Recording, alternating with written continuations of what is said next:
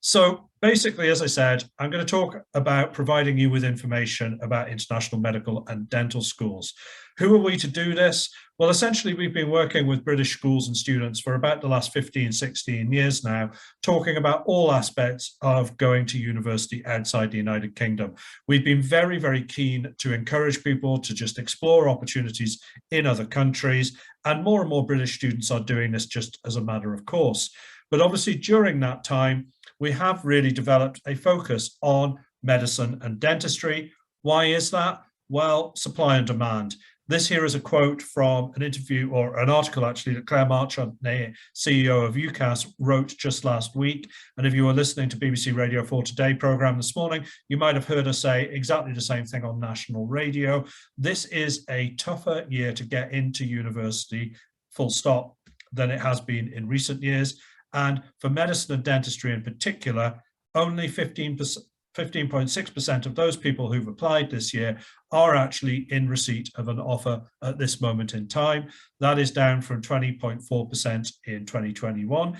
Obviously, there's not enough information there to know exactly how much harder it's gotten, but I can promise you from helping students to apply this year, it clearly has been harder to get in this year than any other year. I am a little bit optimistic that next year we'll see an improvement.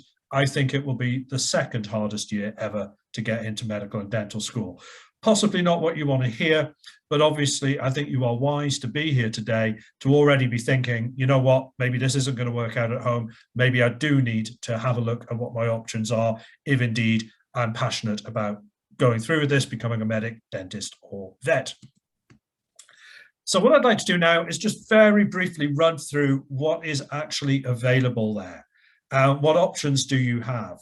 Well, for those of you looking at medicine, we've been able to identify about 85 medical schools in continental European Union territories that are teaching in English. For reasons which I'll go into perhaps a little bit later, we don't actually recommend studying outside the European Union if you can possibly avoid it. Now, the largest number of medical schools that are teaching in English is to be found in Italy with 18. Poland now has 16, Romania 9, Bulgaria 8, and the Czech Republic 6. These are the countries that most people will be looking at. There are isolated examples in others as well. Worth pointing out that a medical degree abroad usually takes 6 years to complete rather than 5.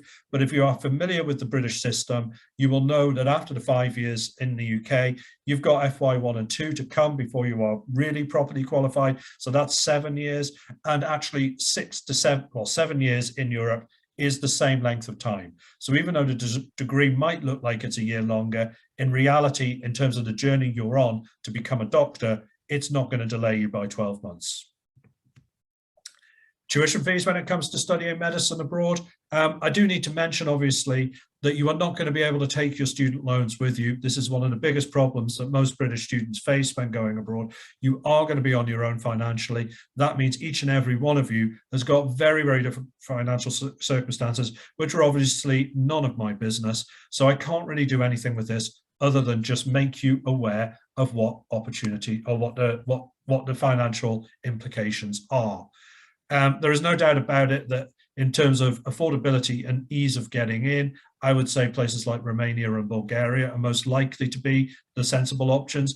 Italy, you can see there, is cheaper, and that is the fee for those of you who have a non-EU passport. It's cheaper still if you have an EU passport, but it is supremely competitive to get into.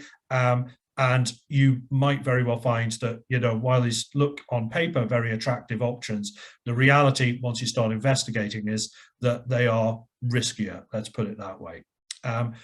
Most Central European medical schools these days in places like Croatia, Czech Republic, Poland, Hungary, Slovakia will be pricing in a range of around 11, 12, 13,000 euros.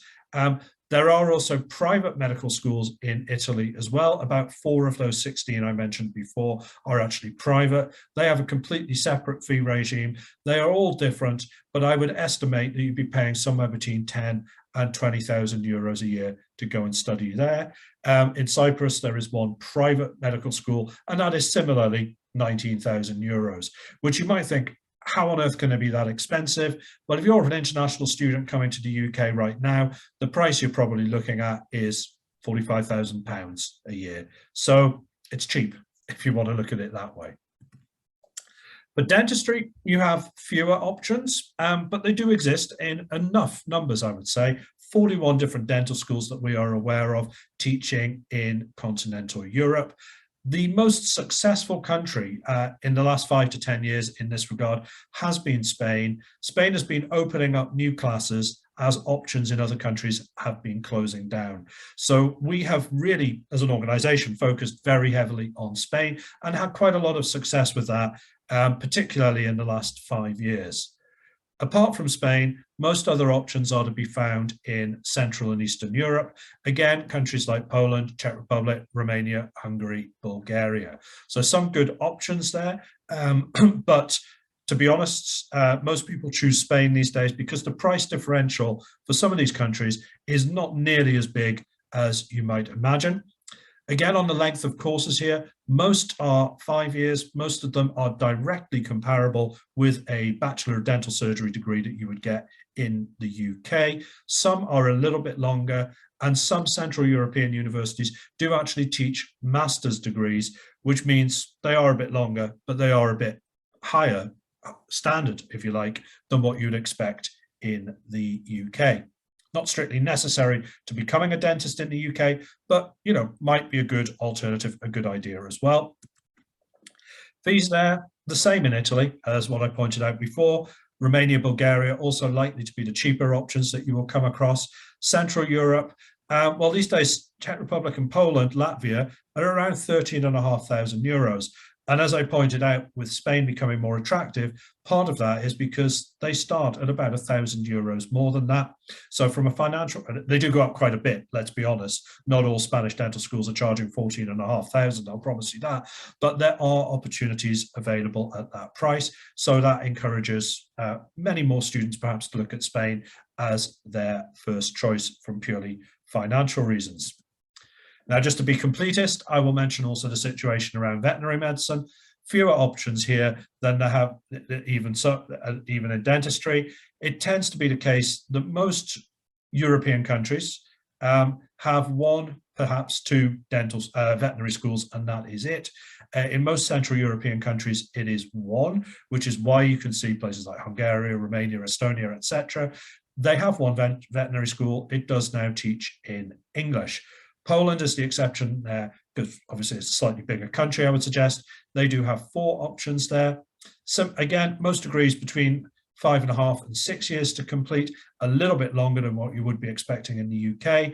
Tuition fees around 4.5 to €10,000 a year. €10,000 a year is obviously still a little bit below £9,000 a year, should we say. So yes, you're paying for it yourself. Are you paying significantly more? No. When you factor in living costs, you're probably also paying slightly less. But there are no options in places like Italy, for example, for veterinary medicine, and Spain. There are a couple of bilingual options that start in English and go into Spanish, but nothing taught fully in English. So that gives you a sense of what actual options exist. What I'd like to do now is just look at briefly at some of the practical considerations when thinking about applying to medical schools abroad, or dental or veterinary, just saying that for shorthand. The first thing I've really got to say you've got to consider is you. Have you really thought about living in another country for 6 to 7 years?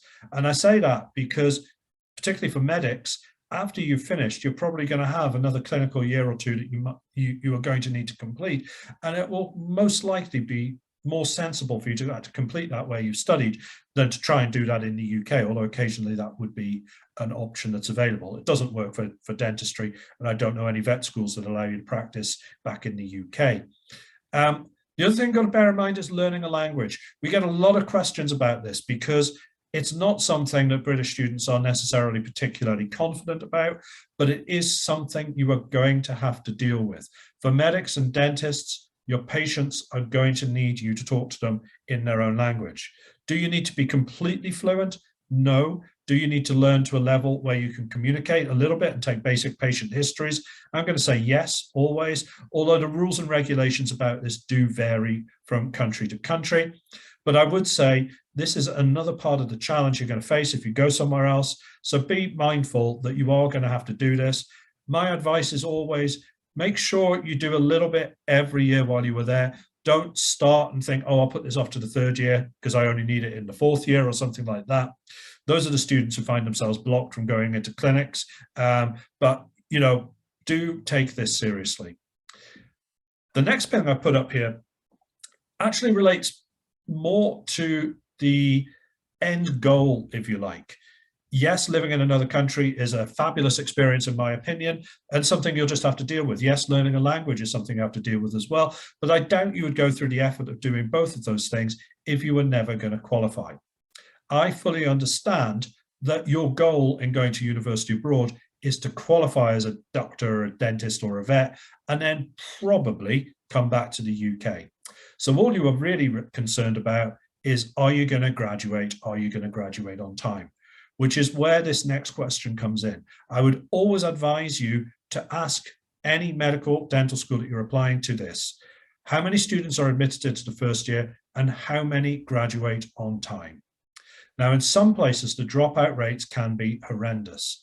Partly this is because the culture around dropouts in other countries is not the same as it is in the UK. So if you hear something that sounds terrible, you don't necessarily need to worry about it, but you do need to probe the reasons as to why this is happening.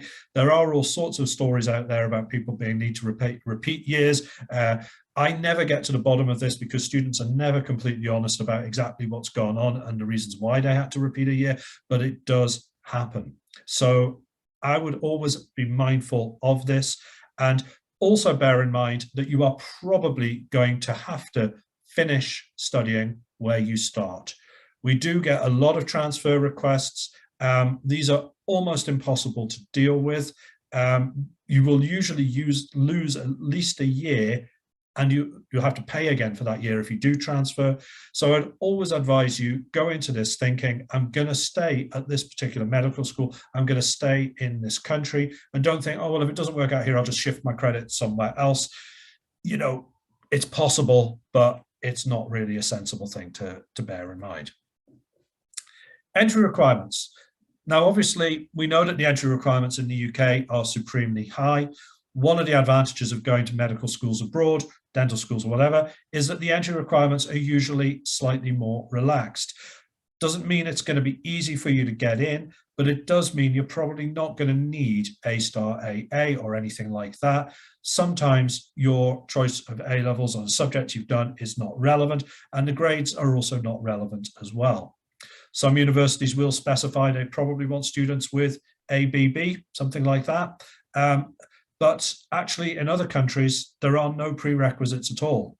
In Italy, it is actually the case that you can apply with 3 A levels plus 3 GCSEs in 6 different subjects, and the grades and the subjects really don't matter, which might sound incredibly stupid, but the fact of the matter is they are not using that as the filter. What they are using as their filter is an entrance exam. This is usually going to be the case for all medical schools. Well, it is pretty much the case for all medical schools that we work with. Cyprus is an exception here, but nearly everywhere we work with is going to require you to take an entrance exam. Many of these entrance exams are now online. So the idea that you would need to travel to these universities to take all of these individual exams is something that the pandemic in particular has killed off. So many universities have now accepted that entrance exams can be taken online.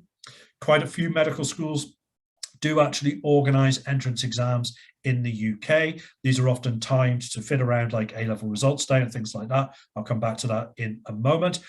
So it is sometimes possible to do it in your home country. I wouldn't necessarily rule out going to a university to take its entrance exam, but you, primarily because it's an opportunity to visit. And I would always encourage you to visit the universities you're thinking about applying to as well, because that will give you a lot more of a sense as to whether that place is right for you or not. What I will say is that very few medical schools abroad will look at UCAT or BMAT scores. Some do, but most absolutely do not.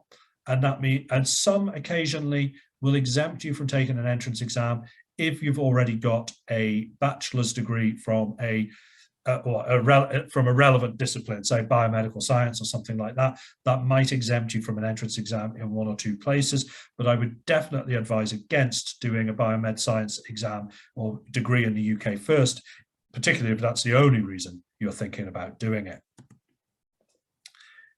What do these entrance exams look like? Usually they are multiple choice. They usually have 3, possibly 4 sections. Biology and chemistry tends to make up the bulk of most of them. Then logic, verbal reasoning, things like that. Some have maths and or physics, others don't. So you really do need to pay attention to this. I would assume that for most medical exams, if you're doing the A-levels in these subjects, you've probably got most, but not all of the curriculum covered for these exams.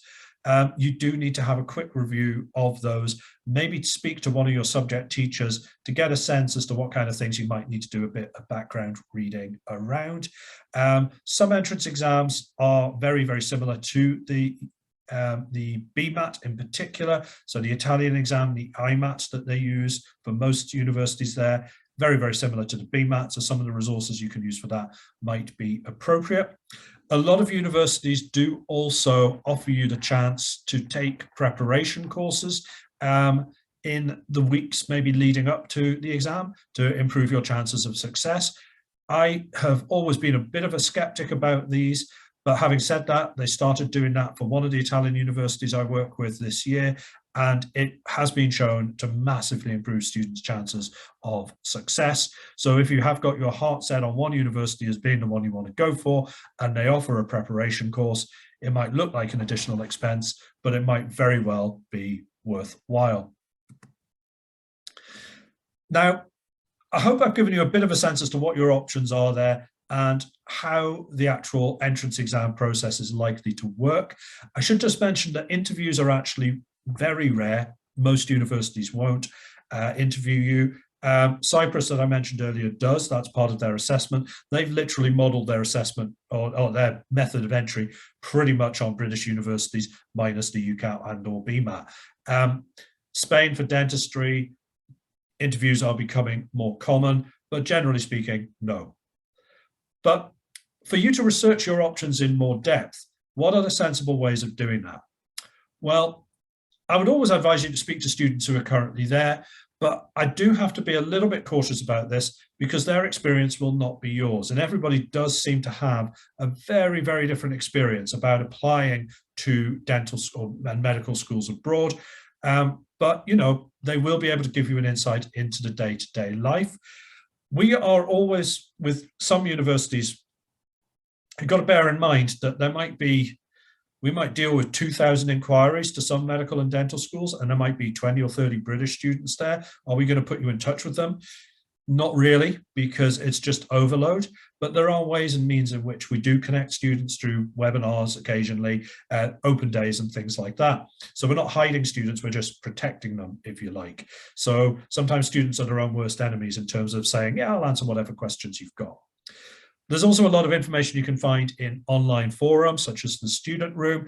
I am a lot more skeptical about these. There is an awful lot of nonsense posted in these forums, so be very, very careful. One thing I will say is if you see a medical and dental school that comes up time and again with people starting new threads, trying to get answers to very, very basic questions, there's probably something wrong with that medical or dental school, let's be honest.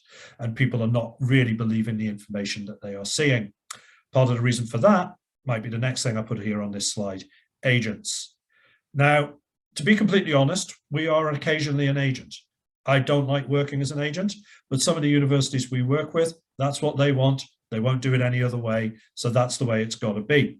So in actual fact, the universities are the enemy here in that sense, if you like. Regarding agencies, I would say don't worry about it too much if there is transparency. If you know what you are paying for and when you're paying for it, and you know what services are going to be delivered, then you can make a decision. Is it worth it? Is it not? The problem I have with some agents is that to even get to the bottom of what they're going to do for you, even have a sensible conversation with you, they're asking you for money up front, sometimes thousands of pounds. Don't do that.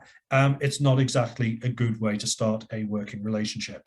Some agents will also push you towards particular options. One agent in particular had huge problems with this year because they've been encouraging students to go to a particular Ukrainian med school, and it's been an absolute nightmare trying to assist their students to transfer anywhere else. And believe me, I've had upwards of 100 of them contact me.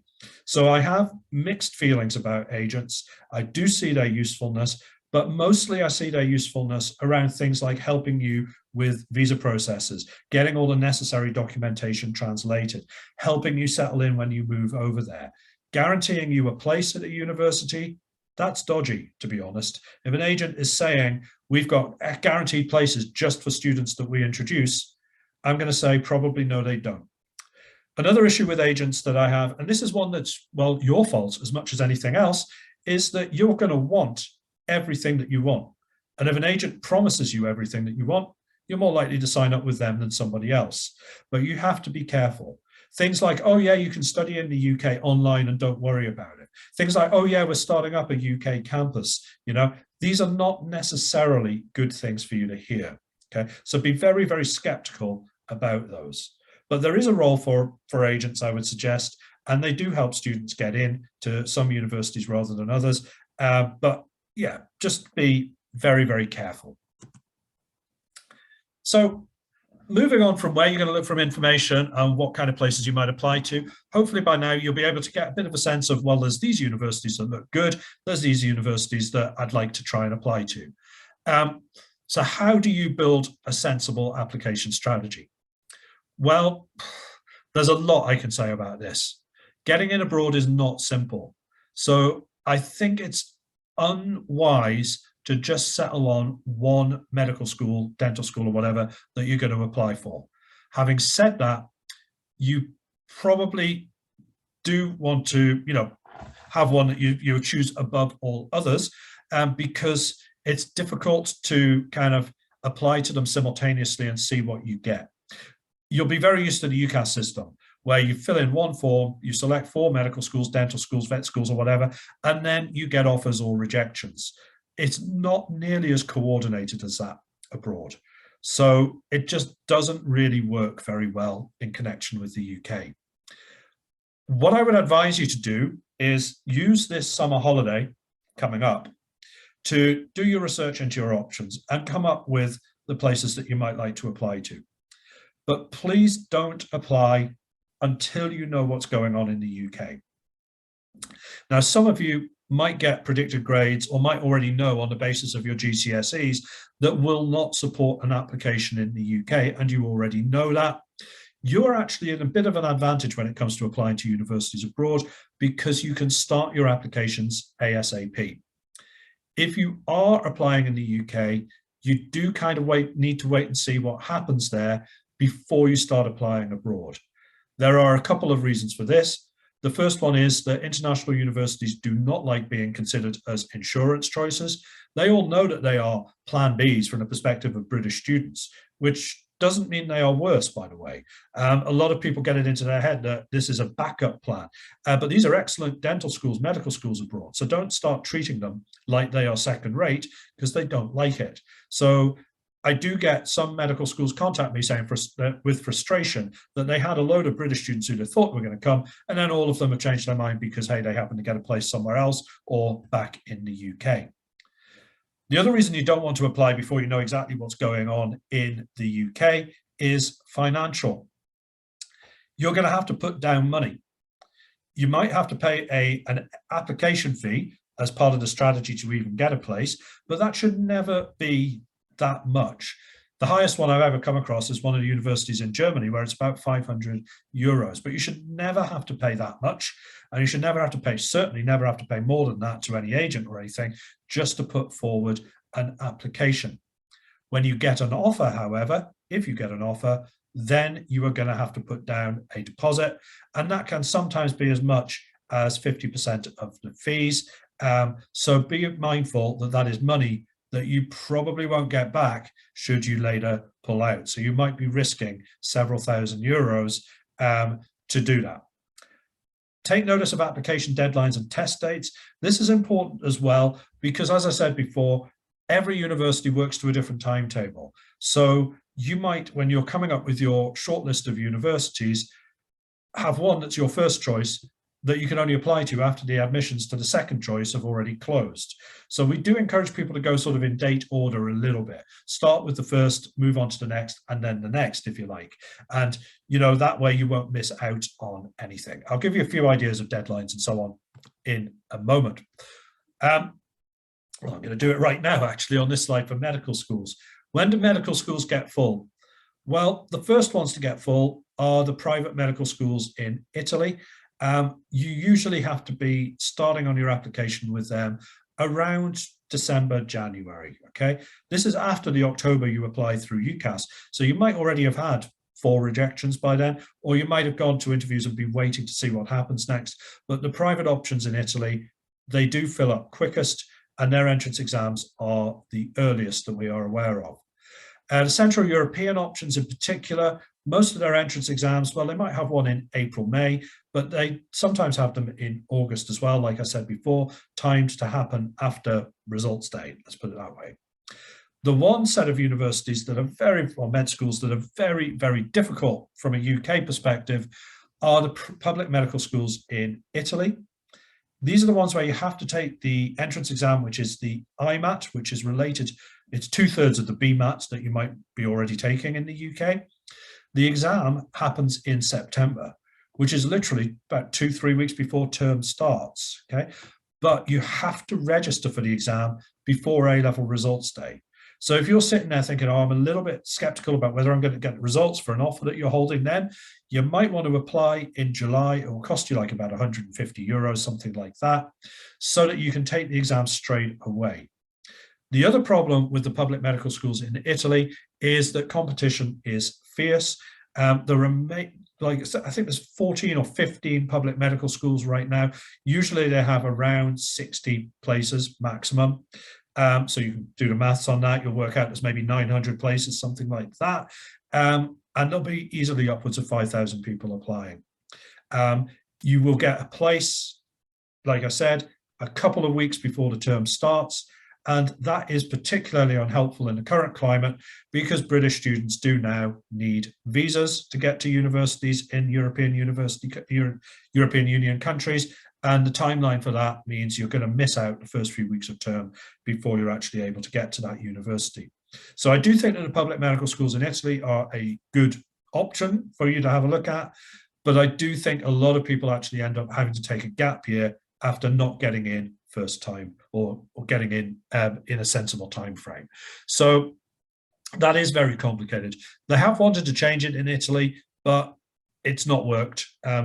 Basically, the reason why it's so late and so crazy is because that's how it works for Italian students as well. And the Italian government has decided that they shouldn't be treating foreign students any differently from Italian students, which, yeah, I can see the logic of it on one side, but the practical implications for those of you looking to relocate from one country to the next, pretty horrible. When do dental schools get full?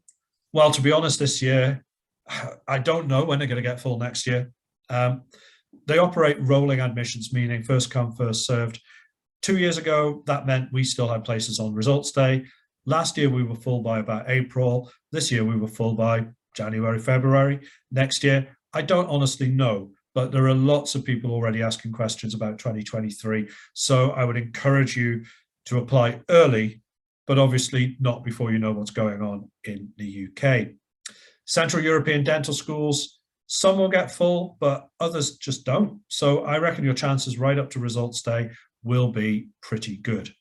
The one public dental school that there is in Italy is in Siena. I'm not going to repeat what I just said about medicine, but everything I said there applies even more so with regards to how competitive it is.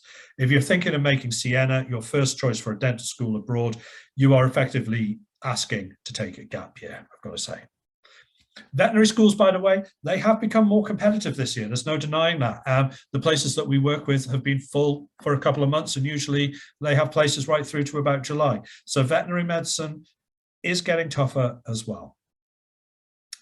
Now, I've touched on this a little bit before when I was talking about how this fits with UCAS and UK applications. The bottom line is that it doesn't. So this is where things get awkward. I've already mentioned the financial implications of that. And also the fact that, another point on this is you really should be focusing on your A-levels during year 13 at school, not prep for entrance exams. So be very careful about how you fit that in around your A-levels. You can take these entrance exams many, many times, but taking your A-levels again and again, that can cause problems in some countries. Some places really won't consider resat A-levels. So I'm just going to talk you through how I would hope it works. And before I do this, I do have to say that my interests in terms of helping you are not aligned with your interests here in the UK. The best thing for me is you apply by the 15th of October, and then you get 4 rejections very quickly. If that happens, no problem. We got loads of time to plan a sensible strategy. If you get interviews, well, obviously, you've got to dedicate yourself to going to those. If you get rejections after interviews, that's when it gets tricky. In previous years, students have been hearing back from medical schools, usually by March at the latest. This year, May 17th, I think King's College London made its last rejections for dentistry. So, it's really horrible. You might be strung along by UK dental and medical schools longer than you might in previous years. That might change again. This might be a blip this year. Things have been particularly awkward. But what I would say with regards to medical schools abroad, like I was saying, late March, some options will have gone. Early May, more options will have gone. So if you find yourself in that kind of situation and you get that 4th rejection through at that time, contact us as soon as that happens. But do your homework in advance. Don't contact us then and say, now I'm going to start thinking about going abroad. What options have I got? Because I'll need to send you away for 2 or 3 weeks to just do your homework. And that could mean even fewer options available. For those of you who do get offers in the UK, and then on results day, it doesn't go to plan, contact us. We'll see what we can do. I reckon you will still have options in Central Europe. You might possibly also be able to get into Cyprus at that time. In previous years, we have been able to help dental students in Spain, but honestly, I really cannot foresee that happening again, ever. So, let's see. But do contact us as soon as you can with evidence of your grades, and we'll advise you on what we can possibly do for you. Like I said, a lot of the medical schools, you'll just be quite able to sign up for their entrance exams in London or Manchester or whatever in the second half of August. But, for a lot of the other options, you'll just have to start thinking about a gap year. But for people who are on this conversation right now, watching this live in June 2022, you've got plenty of time to do your homework and your planning. For those people who contact us on August's results day next year, 2023, with a view to starting at a medical school abroad 2-3 weeks later, and if they've never thought about it before, honestly, the best advice I'm going to give you is take a gap year. Don't come back. And don't do it that quickly, because it's a much bigger decision than you think it is. You shouldn't really be rushing into this. There was another point I just wanted to make briefly on this with regards to other options that will come up should you miss out. Gap years really are not the end of the world in the greater scheme of things. If it takes you a year to get into the right choice rather than jumping immediately at the wrong choice, take a year out, okay, always. Like I said before, transferring is almost impossible. Getting to a place and realizing you don't like it and you would rather have gone somewhere else, look, a gap year in the UK, gaining relevant experience probably is a smarter move than a year in a country that already you want to leave. Another option that will be presented to you, I am sure, on results day or even before that, when you're applying, is the idea of doing biomedical science or a different bachelor's degree in the UK. That is absolutely fine if you're okay with that idea. Okay, and if you haven't got the money, as I already pointed out, money is your deal. Nobody's going to help you with this. Scholarships don't exist. If you haven't got the money, then maybe a biomed science degree in the UK and trying for graduate entry afterwards could be a smart move. But it is absolutely not guaranteed to work. And if it doesn't work, and at that moment in time you are looking to go abroad, you're probably going to have to start at the beginning of a 5-6 year degree. This is largely because, in spite of what you might see on all sorts of websites, graduate entry doesn't exist outside the UK and Ireland in a European context. It doesn't exist. Okay. Poland has a few 4-year medical courses, but these are more specifically designed for people coming from the US. So they are not really graduate entry medicine as we would understand it. What you might find is that some universities will allow you to join in the 2nd or 3rd year. Where have those universities been in recent years? Ukraine. Why are so many British students at Ukrainian medical and dental schools? Because agents have been able to do that for them. Should they have done it? Well, in my opinion, probably not. But it comes back to what I was saying before. You will have a list of things that you want. You will not necessarily want to go and live in another country for this period of time. You will want to get qualified as quickly as possible. And if somebody makes you promises around that, you're inclined to believe them. And I understand that. But what I would say is this is a big decision. Don't be fooled by somebody offering you what you want. I will make you aware every single time of all the obstacles you face. And that might mean there's nothing I can do for you, but that's far more honest than saying, yeah, I can get you in here. It's not a problem. And you ending up with a degree that maybe, well, you're not going to get to the end of. Let's put it that way. Now, the next thing I want to talk about is inevitably a question that's going to come up in the current climate with regards to studying abroad. I get so many questions about, is this degree GMC, GDC recognized or RCVS recognized? The short answer to that is no. That is a fundamental misunderstanding of what these organizations do. The General Medical Council does not care what's on a foreign dental or medical degree. They are never going to look at it in that much detail. Okay?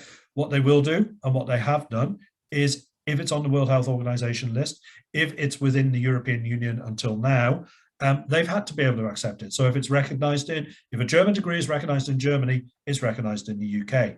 That's the basic principle. That applies to Bulgaria, Romania, Cyprus, Italy, Spain, you name it. That doesn't have to be the case anymore. So how is that going to change? Well, firstly, if you're going to go and study at an Irish medical or dental school, it won't. Okay, Ireland and the UK are still mutually recognizing qualifications. They did that before we even joined the European Union, and that has defaulted to that particular position. So no worries there. You're just never going to get into an Irish medical or dental school, let's be honest. Medicine, I don't really have clarity at this time because so much is changing with regards to this new UK MLA as well, the medical licensing exam that's changing in the UK. And I think actually in the future, everybody's going to have to do that, British or foreign graduates, and it might actually level the playing field a little bit. For veterinary medicine, we have clarity, thankfully. The Royal College of Veterinary Surgeons said that any degree that is EAEVE accredited, which is European Association of Establishments of Veterinary Education, then you'll be fine, nothing to worry about. So if that's what you're worried about, and I can supply you with a list if you want it of the latest EAEVE recognition, okay? Dentistry. We're making a little bit of progress here. There will be changes from the 1st of January 2023. We don't know what those are right now. I'm not going to read out this quote that I put here on this slide, but this does actually come from the GDC's response to the government's consultation on what to do about recognition. And I have read this time and again, and I've cut out an irrelevant, well, slightly relevant paragraph in the middle there. But what they are saying is that they would love to just be able to recognize overseas diplomas. It makes everybody's life easier, but this can't be done without investigating other diplomas, and that's too much like hard work for the GDC. So they'd really like somebody else to do it and somebody else to pay for it, presumably the dental schools abroad. So we will see. But I think from reading this, that we are going to be in a situation where for a couple of years it might still be unclear, but there'll be a pathway for foreign qualifications to be automatically recognized. But let's see. This is still speculation at this stage, but I can supply you with that link to the full documentation if you want to read and learn exactly where we are. My feeling is that for those people, and I know this for people who've applied in 2022, they are not going to have clarity when they start their degree. For those in 2023, you probably will have a little bit more clarity, but students starting in either of those years are going to face exactly the same terms and conditions anyway. So do I advise you to delay until we have certainty? I don't think so. I don't think that's a wise or indeed a necessary strategy. So hopefully that gives you a bit of sense as to what kind of things you need to be considering. I have put up a handful of universities on this slide that we do work with. I'm not going to go through all of them right now because the purpose of this session, as I mentioned before, is just to provide you with general information and general tips and guidance on how you should go about researching these options, because there are plenty of them. There will be more of them. There'll be lots of people promising you all sorts of different things, and you need to make sure that you're doing this wisely. Let's put it that way. So as a final note, some of you might indeed have found us through our astarfuture.co.uk website. There's a lot of information on study of medicine, veterinary and dentistry on there. There are all sorts of videos on our YouTube channel. You will receive a link to this recording in the follow-up to this session as well. So you will automatically be guided towards the YouTube channel, and you're always welcome to email us, contact us on Twitter or Instagram at any time. So I am now going to stop sharing my screen.